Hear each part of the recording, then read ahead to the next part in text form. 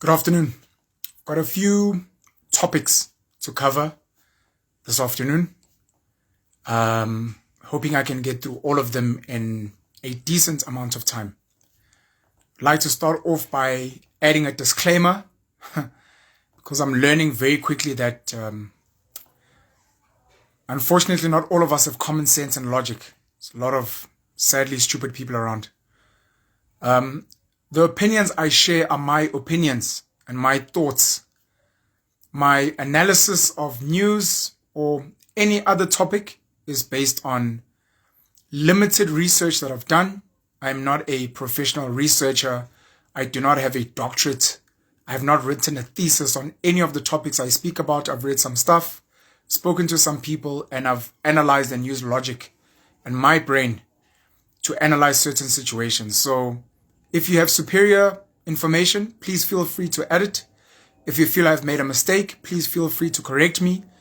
If you disagree, that's fully fine as well. I don't mind disagreements, but they must be done intelligently. People that unnecessarily attack me and talk rubbish just really, really annoy me. And I have started blocking people. I think probably blocked maybe like 200 people because I just don't have time for destruction. I'm here for people that are willing to build. You can disagree with me. I don't mind. Can give me better information, add some links. That's fine by me. Let's get the show going. One of the things that disturbed me today is that Cyril Ramaphosa and I think the Minister of Communications have signed in a bill today, which is in effect going to censor stuff that we post on the internet.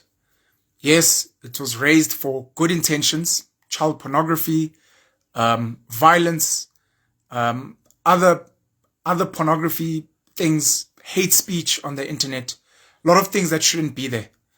Unfortunately, we're speaking about Cyril Ramaphosa. We're speaking about our ANC-led government, which is proven constantly to be corrupt, to be incompetent, that is going to be in charge of deciding what should be removed from the internet.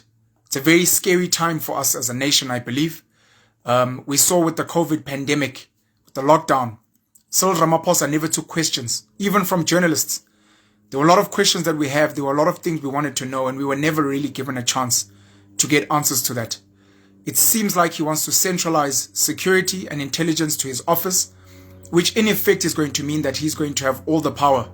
And now he in effect wants to have power over the internet, which means those of us with alternative voices will not be able to speak out. As we've seen in many other nations as well. China has been accused of that. North Korea has been accused of that. I mean, with the removal of Donald Trump's social media platforms, with people like Joe Rogan being attacked and people wanting to cancel him off Spotify. Clearly there's huge agendas out there of alternative voices from the capitalists and the power hoarders. They don't want alternative voices. They don't want us alternatively influencing people and getting people to ask very, very basic questions. I saw somewhere on Twitter today, I haven't verified it, but the Pfizer trial data is meant to come out. A lot of people don't know that what you call a COVID vaccine is not in effect officially a vaccine. It is still a trial medication. The fact that you've got places in South Africa that are pushing for mandatory vaccines, workspaces, universities, is absolutely atrocious. And they're using a nice word like mandatory. It actually means forced, compulsory. Those are obviously aggressive words of violence. But they don't want to use them. They want to use a nice, comfortable word like mandatory. We're being forced to vaccinate. A trial medication that doesn't have data to verify. It hasn't passed official regulation that allows it to officially be a vaccine with the data. We're not going to hear the data because everyone is distracted by Ukraine and Russia. I think we'll have to fight back on Cyril and what he's doing. He is trying to bully the country. A lot of people are not really aware. Sadly, a lot of people support Cyril because he's on the side that they favor. And to them, he's still the hero against Jacob Zuma. And they hated Jacob Zuma, of course. I don't think Cyril is a good leader. I think he's relatively spineless. I think he's too diplomatic. And I think he makes it too obvious whose agendas he is serving. Most importantly, his funders and the companies behind his funders as well. Going on to Russia and Ukraine. I made a post this morning about the fact that I don't stand with Russia. I don't stand with Ukraine. I definitely fucking don't stand with the United States of America. We've got bigger problems as a nation that we should be focusing on. Saw a lot of people taking offense. Saw an Afrikaans Tanny saying, "Sis, jy moet mos." I do not have the power to influence what's happening in Ukraine. I do not have the power to influence what's happening in Russia. Yes, I know the power of a million voices. I know that if I take a stand and millions of us across the world take a stand, it may affect it in some way. There were times when we had hashtags, bring back our girls. There were aeroplanes that disappeared. There's times when we fought for so many things. In this country, we've had so many fights over the land. Getting the land back and redistributing it to black Africans. Specifically the land that was ring-fenced during apartheid and where blacks were shoved off of it. No one cares. It hasn't been done. So what the fuck is the point? We had Life Estimeni where over 140 people died under the health department of a black-run ANC government. We had, I think, over 40 miners that were killed in Marikana of an instruction by Cyril Ramaphosa to take concomitant action. Not much has been done. Obviously, we had looting. Not just looting with the riots last year in malls and shopping centers. We had looting of COVID relief money. Over 500 billion. By Cyril and his people. Dr. Zweli Mkhize was implicated in corruption, yet he's going to be running to be ANC president come the end of this year. Our people live in shacks. We've got over 70% youth unemployment. They don't have jobs. The average worker in this country, of which the bulk are black, is only earning 3,600 Rand per month. We've got the average family living on 1,500 Rand per month. Family of 3 people. And I must now invest my energy and my stress to change my profile picture and say I stand against Russia. Why? Because a couple of privileged people are going to be telling me, yeah, the petrol price is going to go up. Petrol has been going up, guys, if you haven't been paying attention. Way before Russia and Ukraine. They're going to use that as the excuse now because they're constantly looking for an excuse. Why are we still under lockdown in South Africa? What is the rationale? What is Cyril and his COVID council task team? What are they saying is the reason that we're still doing that? Why are we still forced to wear masks? Where is the data? Where is the data? We found out yesterday that for the first time, there haven't been COVID deaths reported. Conveniently, while there's bombings happening on the other side of the world. The rest of the world is siding with the United States of America in beginning to sanction Russia. Got deja vu.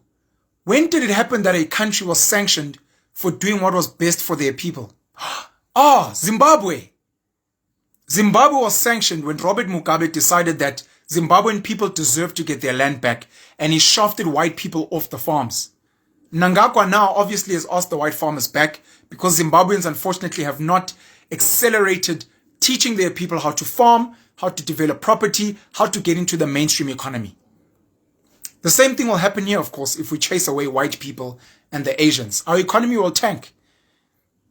Only because we haven't trained black Africans how to farm commercially at a large scale, how to export at a large scale. We haven't taught black Africans how to develop property, not building a shack, not building a 4-room, but building a skyscraper, building a shopping mall. We haven't been skilled. What we get skilled to do is focus on maths and science, going to study empty degrees so that you can sit in an air-conditioned office and type away all day at bullshit, stressed about presentations and pitches. Oh, I killed it. You killed what? Fucking speaking good English to a bunch of people in a room so that you can change the strategy. The real work is out there. It's in planting the seeds, irrigating the land. It's in digging foundations and building buildings. It's in building towns and cities. It's in exporting en masse, putting stuff into containers, onto ships, putting stuff onto airplanes and sending it abroad. Zimbabwe was sanctioned, bullied for doing what was best for their people. And Robert Mugabe was painted as this evil man. To this day, by many Zimbabweans as well. Many other Zimbabweans love Bob. It shows that the country was split. So you will hear Russians saying, no, I don't stand with Putin. I think it's wrong what he's doing. Of course, we're not the same. There are going to be Russians that stand with Putin and understand what he's saying. There are going to be videos circulating on TikTok, finding Ukrainian people saying, no, we want to be part of Russia. Then you're going to find other Ukrainians saying, no, they're killing us. We are not the same. We live in South Africa now where there are black people who feel like white people should carry on using the land because they are best for the land. There are black people in South Africa, people like Julius Malema, who are saying, no, remove the borders and let foreigners come in. What is an illegal African? This is his home. While other South Africans are saying, no, they must go back. We're not the same. We are not the same. But now, sadly, you've got media channels that come and speak with one voice as if they're representing all of us. South Africa stands with Ukraine. No, we don't. Cyril Ramaphosa and some of his people, and I have to highlight some, not all the ANC and other top government officials stand with Ukraine. Cyril and a handful of his guys stand with Ukraine, and then the media houses which work in tandem with their chosen poster boy, Cyril, are then going to write, South Africa condemns Russia. We haven't condemned fuck all. A few guys have said that. We don't agree. We've got our own problems. We're dealing with issues. We lost our brother Ricky Rick to suicide. We lost Ubaba Patrick Shai. There are men killing themselves every single day in this country because they're in debt, because they don't have jobs, because they can't see their kids. Parental alienation, because there are women that are refusing to let fathers parent. And now we must stress about Russia. When were we stressing about America bombing the Iraqis and the Afghanistans? Or the Afghans, rather. I didn't see white people in this country or privileged people losing their shit. Oh my gosh, how can you keep quiet? Look at what's happening in Iraq. Look at what's happening in Afghanistan. They didn't. It was convenient then. I am non-racialist. But in my non-racialism, I have no time for racist whites. I have no time for white people who are so detached and so ignorant to our problems on the ground. I am not going to side with bullshit just because it fucking sounds nice. And just because ek praat mooi Afrikaans, now you think I fucking stand with bullshit, racism. I don't. I do not. I said in a video before that America has attacked so many other nations. I mentioned examples: Japan, Korea, Nicaragua, Puerto Rico, Iraq, Afghanistan. In Afghanistan, they killed over 55,000 people. In Iraq, they killed over 36,000 people. No one lost their shit. No one sanctioned America. America's the biggest bully in the world. They get to fucking walk onto everyone's country and set up their military bases. And no one does fuck all because they're scared of them because they have this huge army. And that's why Trump and these guys were so shit scared of China, because China's army is bigger than America's army. That's why they're shit scared of Kim Jong-un, because he's got fucking nuclear missiles that will be shoved up your fucking ass. They're scared of them. We saw what happened in Phoenix, Durban. We saw what happened in some of the white neighborhoods. White people, Asians have got guns. They will gun you the fuck down. That's what happens with power. And I've been saying for over a year, guys, get guns. Go to shooting ranges, learn how to shoot. And guns are basic. We should actually be getting tanks. We should be getting drone machines. We should be studying biological warfare. We should be studying propaganda. But you guys you're hungry. You're on the streets begging for a meal, digging in dustbins. You're so mentally retarded. I can't even have like real conversations with you. Like when America's bullying the whole world, we all have to shut up and do whatever they say. Nah. Nah. Some of us don't. We don't buy into that bullshit. I love Hollywood. I love McDonald's. I love KFC. I love American hip hop. I love the NBA, LeBron James. I liked Trump because he reminded me that it's important to do for your people.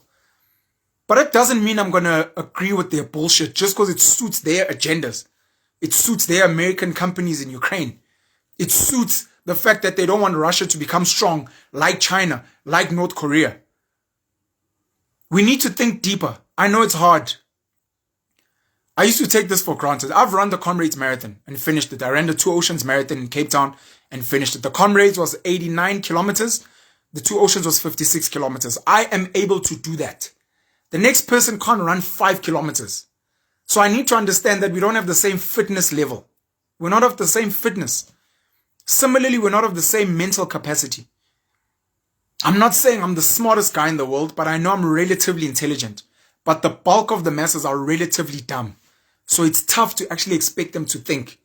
That's why they ask for leaders. They're like, Penwell, what should we do? You know, bro, fuck, you're the Brainiac. Just let us know, bro, fuck. That's what leaders are there for. This is going to lead me into my next topic about iLobolo and iNhlawulo, which I saw got a lot of tongues wagging. Got attacked by a lot of people, and it's fine. I understand. You know, I'm shaking your core beliefs. It's almost like I'm swearing at your mom and your dad. How dare you? Your massa. Your fucking massa is what it sounds like. That's what I'm saying when I'm like, iLobolo should be scrapped, iNhlawulo should be scrapped. People are like, how dare you? You're coming to destroy our culture. White people, Europeans have destroyed and broken us, and you're coming to take the last bit of it. And it's sad because that's not the truth. Speaking about leaders, when are our leaders, when are your leaders, traditional leaders, going to sit down and have an honest conversation with you? Today, the Zulu royal family was in court, going to argue, should uMisuzulu be the king? Should uSmagade be the king, who's actually the firstborn son? Uzwelithini's first wife is like, well, he married me under civil law. All these other wives, all these other marriages are meant to be null and void.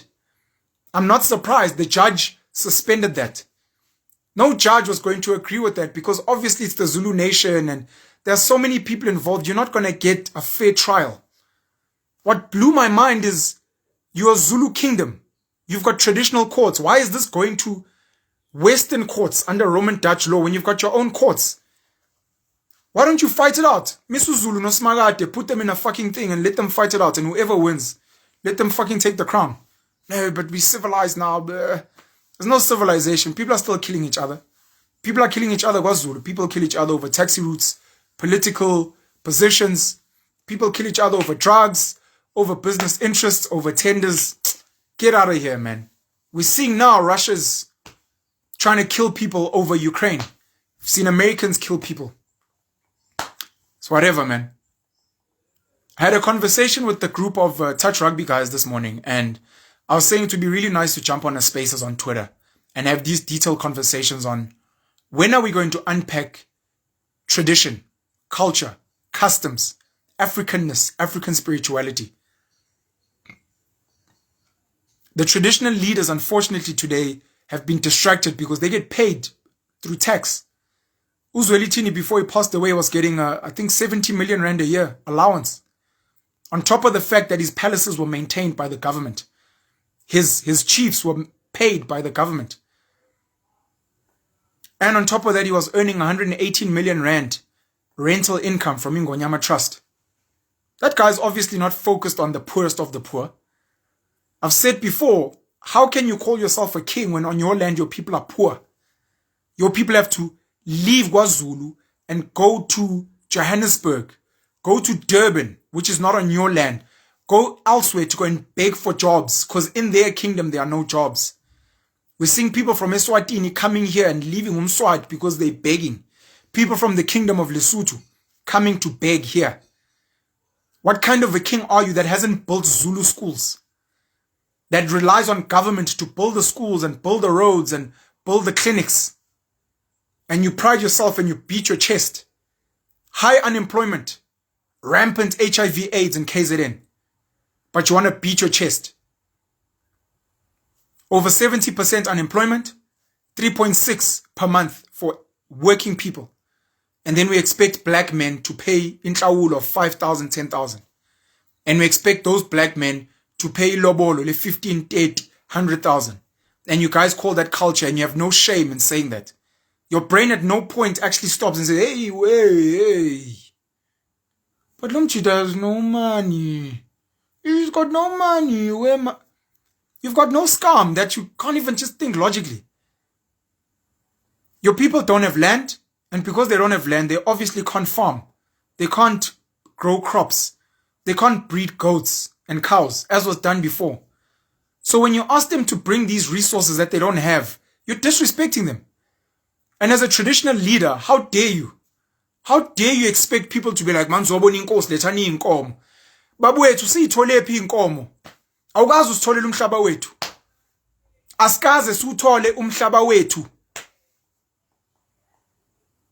And again, we've lost our way of living. We want iLobolo, we want iNhlawulo in a time when it is no longer practical, when the boys are no longer following traditional ways of living. The girls are no longer following traditional ways of living. The boys are going out there and sleeping with everyone, buying girls roses on Valentine and, sending e-wallets. That's not culture, that. And the girls are going around getting smashed by guys and, oh my gosh, this is my babe. And then you guys want to conveniently... Culture should evolve. It should and has always evolved. But there's normally reference points. This was the king that came in. These were the colonizers that came in and then they forced English onto us. They were the ones that brought Roman Dutch law. These are the people that said we're no longer going to wear mapeshu, we're going to wear Western clothing. There's a reference point. We don't have a reference point of what happened to our culture except the disruption, the disturbance, pre-colonization, post-apartheid. And at no point have we sat down to unpack, guys, okay, so apartheid is now over. What exactly are we doing moving forward? What is our plan as Black Africans? Are we moving into this money thing? Are we saying now you don't need cows, we're actually doing money? Or are we saying it's either money or a cow? And what's fair? We've got technology today, we are educated, right? Thanks to Belungus, we are now educated. Can we not use that to write the books, to build the websites, where we have standard templates? The people of KwaZulu, the Zulu people, this is the prescription on damages. The prescription of iLobolo. This is what's expected of a Zulu girl. This is what's expected of a Zulu boy, a Zulu man, a Zulu woman, etc. And then split it down under region. If you're from iNhlawulo, eNyukhasela, eMondlo, uphuma eMpopomeni, uphuma kwaMashu, uphuma. Split it down with, okay, these are the deviations from the standard that these guys have. And if you have the privilege, break it down even further, that certain families have an even more detailed prescription. Reference point. And you do that across South Africa and across Black families. So that if me as Upenwell is going to marry a Pedi woman, or I've impregnated a Sotho woman that I haven't married, I can go and research the book. I can go onto the website and look at the prescriptions that were referenced by the traditional leaders, the kings and the chiefs. And then also bring in relevant leaders today. Bring in the influencers. Bring in Vusi Thembekwayo, Joshua Maponga, bring in Minnie Dlamini, bring in Boiti, bring in some of the politicians. Bring in voices that you listen to, that influence you. And say, we want these people to have a roundtable discussion. We all want to listen.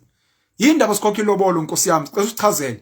Hayi imvelaphi umlando wethu uthi okay, siyakuzwa Nkosi yethu, kodwa sicela ukubuza njengoba manje singasenayo umhlaba, singasenayo imali, singenayo imisebenzi, senze njani?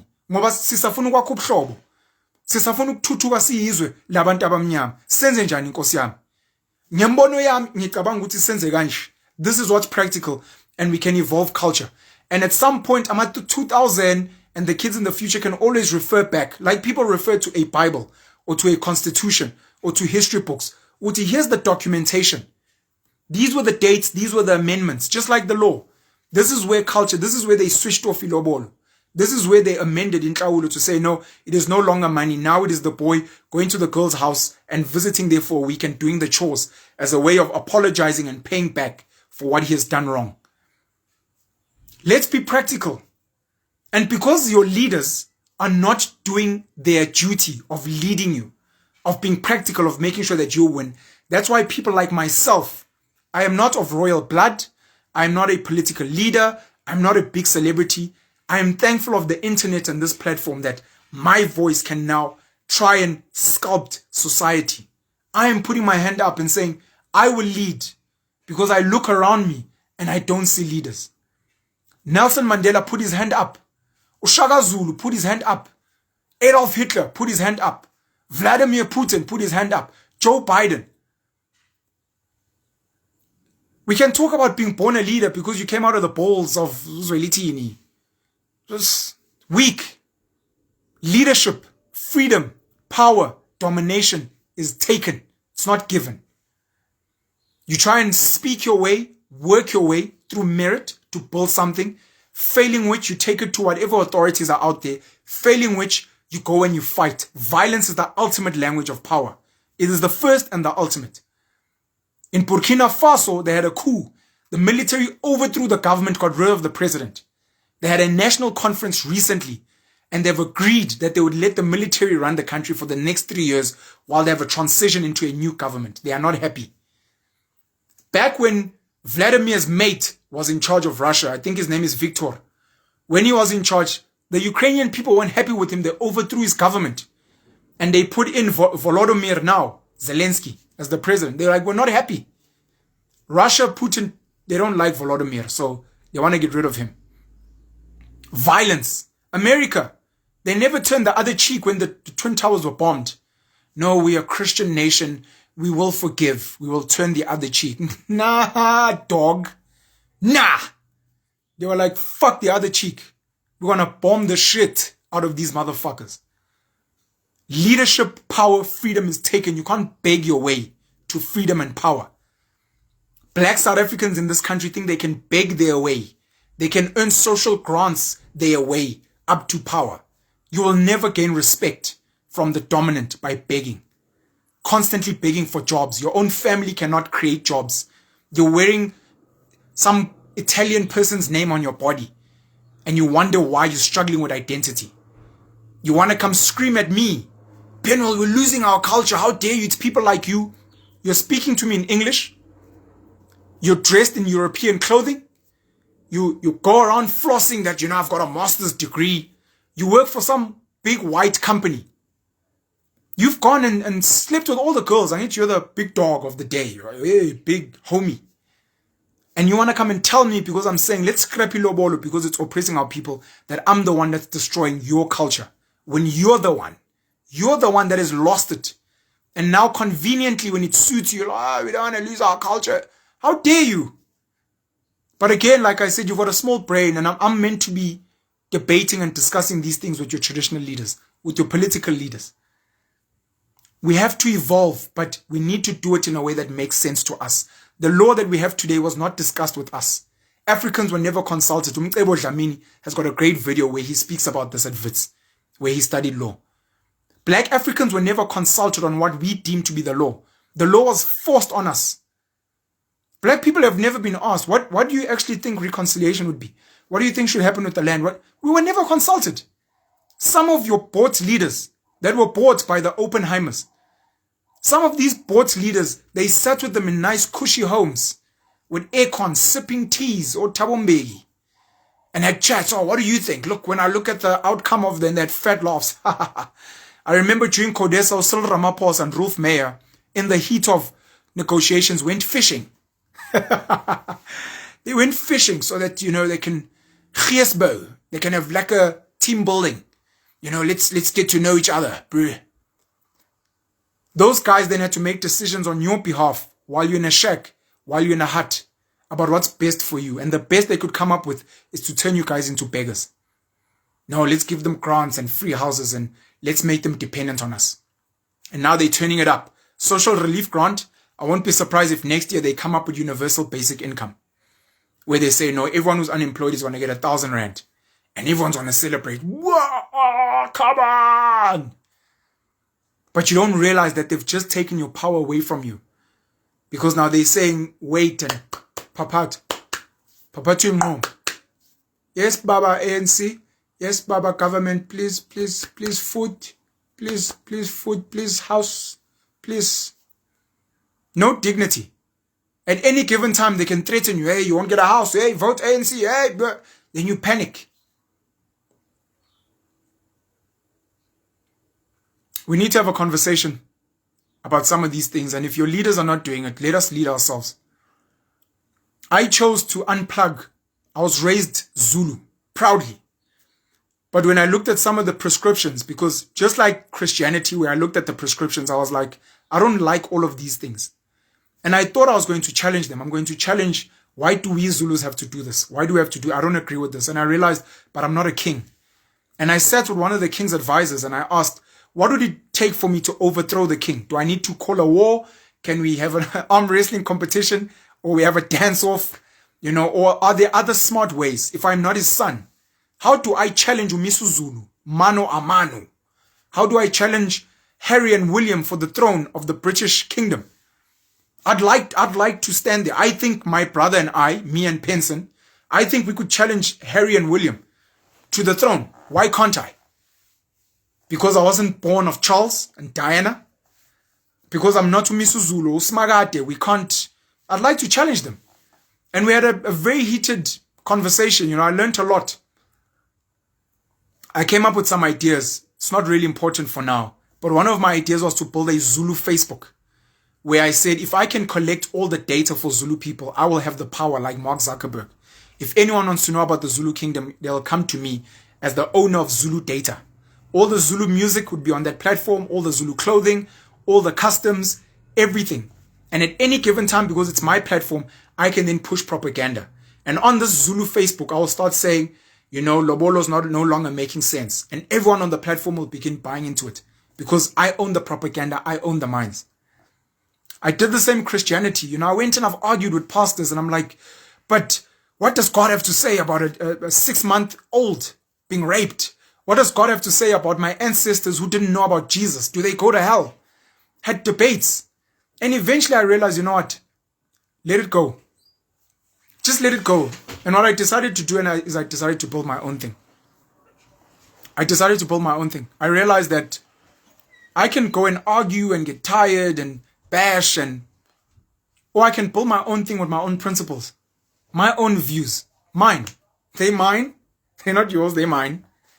And just like you've read the Bible, you're like, oh, this is a great book. Or you've read the Quran, or you've read the writings of Buddha, or you've just seen Zulu customs, amaXhosa, amapedi, amaTsonga.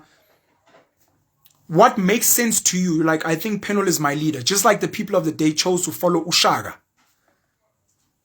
Oswelitin and all those guys stand to Ushaga. One guy who stood up and decided. That's what it takes. Donald Trump was one guy. Barack Obama was one guy. He stood up and he said, I will do it. I will be the guy. I will take the hits. Jacob Zuma did the same. I will be the guy. I will take the hits. So I'm saying I will take the hits. And I'm not gunning to be ANC president. I'm not trying to be archbishop of whatever. I'm not trying to be king of the Zulus. I've built my own belief system called Penolism, which I am the source. I am the beginning of it. I don't have to reference a God somewhere or reference, but the ancestors somewhere. I reference me based on what I deem best practice, what makes sense, what's practical for us to win. And I'm saying people that identify me and acknowledge me as their leader, unlike maybe the ANC or someone else, and are like, Penol, lead us. Penol says we must get guns, we must grow our own food, we must regain dignity. I like him. I want to follow him. I am building that so that people that are like-minded can win with me. And when Russia or Ukraine are fighting, I don't care. I want to know, what does it have to do with my people? If Vladimir Putin comes to me the same way Patrice goes to Lichanyan of the ZCC church, if Vladimir comes and says, Penol, if you guys side with Russia, we will give you these nuclear weapons. We will give you this nuclear energy. We will help you in this way economically. I'll say, let me hear what Volodymyr Zelensky has to say. Volodymyr says, no, we're with the Americans. We won't do anything for you. I'll be like, okay, I'm going with Putin. Right now, I don't know what either of them have for me and my people. What are they going to give us land? Are they going to cut our fuel in half? Are they going to give us a piece of their economy? Nothing. And now I have to be forced through propaganda, pushed by your president, pushed by America, pushed by the United Nations, pushed by the media houses, and then through you guys on social media. How dare you can't agree, war is bad. How dare you come tell me war is bad when the privileges you have are from wars that were effected on my people? I've had to work 5 times as hard as your kids just to be noticed because of wars enforced on my people, and you're coming to have the fucking damn audacity to come and tell me war is bad because you're enjoying the spoils. How dare you? No. And we still haven't even thought of enacting a war against the people that colonized us, the people that are oppressing us even today. We haven't even spoken about that. We're still asking nicely. We're still asking to be included. We're still speaking nice English. We're trying to be accommodating. We wear your clothes. We're just saying, guys, just let us in, man. I'm willing to work as hard as you, dog. I speak English like you. And we get slapped in the face. And today we must now side with whoever you tell us to side with because it suits your agenda. Killer Mike in America is a rapper. Candace Owens, young, aggressive, black female Republican. They speak about this concept that black people, they were speaking in America, but it applies everywhere. This is for black, I'm speaking about black people, but this applies to anyone, regardless of race, gender, who feels oppressed, who is poor, who is struggling. They said black people have still not come up with a list of demands for the politicians that campaign to them. What are we looking for? Not what's the nation looking for. No, fuck the nation. What are we looking for? Do you want free Wi-Fi? Do you want a piece of the economy? Do you want land? Do you want free holidays to Monaco? What do you want? Table it, and then when the politicians come and say, we're giving jobs, you're like, no, no, no, we have jobs. This is actually what we want. And you hold them to account. You fund them if they want funding, and you're like, deliver this or else we will make sure we remove you or we'll fund the next person. What is your agenda? White people in South Africa have an agenda. That's why they vote for the DA or the Freedom Front Plus. Even if the ANC can be proven statistically, when you look at the data, they're the best party for the masses, white people don't give a flying fuck because it doesn't have to do with their agenda. Their agenda is private land ownership, and they want Cyril to protect their private land that was acquired through funny means in apartheid and colonization. They're like, protect us. Let's follow the rule of law. Let's follow the constitution. No, no, no, you can't just grab land. It's going to affect foreign relations and investors. They're not speaking on behalf of South Africans. They're speaking on behalf of their agenda. So what's your agenda? No, we need jobs. You don't need a job. You have a job, dog. What's your real agenda? I'd like a higher salary. I'd like to be promoted at work. I'm overlooked because I'm black. As a white person, I'd like to be given a fair shot at tenders. Why am I being oppressed by BEE? I don't understand why my child didn't get the scholarship just because they're white. What is your agenda? And I'm saying we come together with like minds. We have our agenda, and anyone we speak to, Cyril, Jacob Zuma, radical economic transformation, white monopoly capital, Zimbabwe, Nigeria, China, Korea, whoever's coming, America, what are you going to do for us?